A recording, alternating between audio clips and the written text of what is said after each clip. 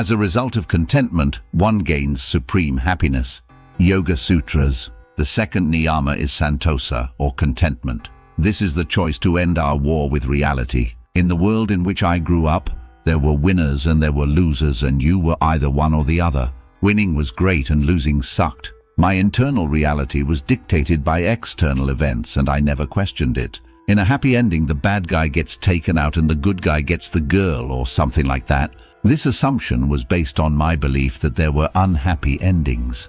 Despite the endless emotional ups and downs and the years of anxiety this belief system produced, it was only much later, after significant good fortune, that I even began to question the emotional roller coaster I called daily life. At 26, I lost completely at the game of substance abuse. Not only was I no longer able to pull it off, I was remanded to treatment, where I had to turn in my party guy label and don the dubious label of addict.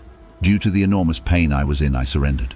While those around me in treatment fought last-ditch battles, a few others and I just threw in the towel. As the dust settled and the days passed, I came to see that the very depth of my surrender had provided me with the spiritual strength to move on. While those around me who refused to admit defeat were still stuck in a seemingly perpetual cycle of denial and pain, my life was already changing.